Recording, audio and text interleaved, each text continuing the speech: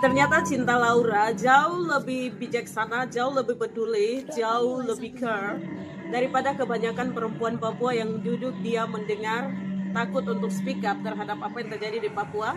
Cinta Laura jauh lebih cerdas, jauh lebih care dari perempuan yang datang di atas tanah Papua dan setiap waktu menyaksikan penderitaan yang dialami orang Papua. Terima kasih Cinta. Satu nyawa manusia. Apakah satu tambang, satu kapal pesiar, satu deal strategis?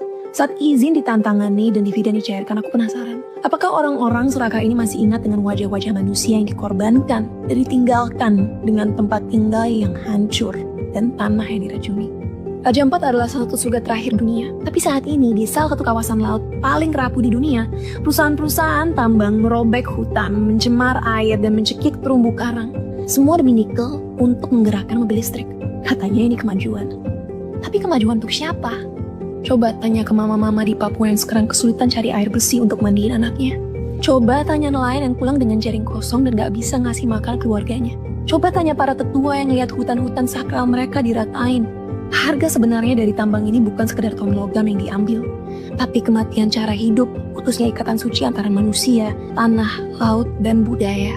Why does this keep happening? Tentunya banyak faktor yang gak bisa dijelasin dalam satu video ini, tapi salah satu hal yang ingin aku bahas adalah moral disengagement. Kita membenarkan yang gak bisa dibenarkan. Ini demi pembangunan nasional. Cuma pulau kecil, yang lain kan masih ada. Negara lain juga lebih parah kok, masa kita gak boleh untung?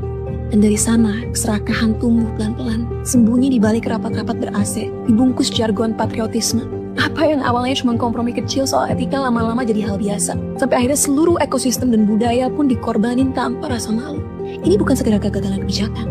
It's a failure of conscience. Kegagalan hati nurani. Ironisnya, masyarakat Papua yang sekarang kita rugiin ini dulu justru penjaga surga ini.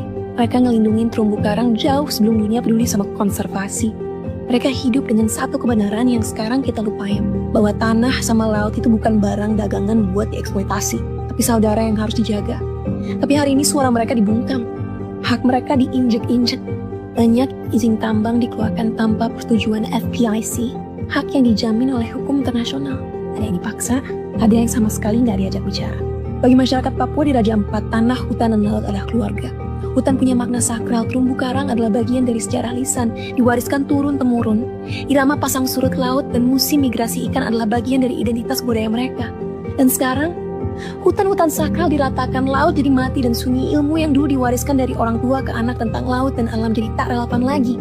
Apa gunanya ngajarin anak tentang terumbu karang yang udah gak ada lagi?